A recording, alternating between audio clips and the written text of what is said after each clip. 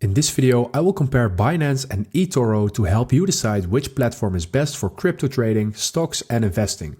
I will break down their fees, features, security, and overall usability so you can make the right choice.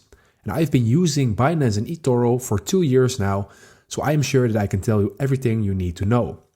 So let's move on with the trading and features. So Binance is the world's largest crypto exchange, offering spot trading, futures, staking, and DeFi options. Best for crypto traders looking for low fees and advanced tools. And eToro, on the other hand, is a social trading platform that allows users to buy stocks, ETFs, crypto, and even copy professional traders. Best for beginners and passive investors. Let's move on to the fees and costs.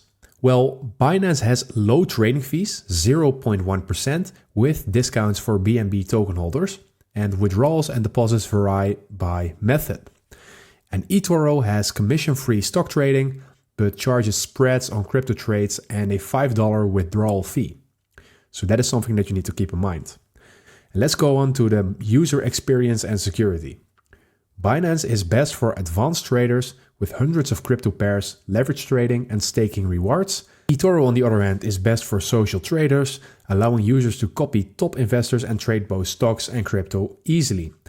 And let's move on to a final verdict for eToro and Binance. I would say that Binance is the best for crypto enthusiasts and active traders because Binance offers comprehensive ways of investing crypto and stuff like that. And the best for beginners and social trading, I would say that eToro is the best one for you. So if you are wanting to get started or you just want some social trading, then I would say start with eToro as it is really user-friendly as well. So summarized, if you are looking for deep crypto liquidity, low fees, and advanced trading tools, Binance is the clear winner. But if you prefer an easy-to-use platform with stocks and crypto in one place, eToro is a better choice. And let me know in the comments which one you prefer. Thank you guys for watching and subscribe to my YouTube channel for more updates.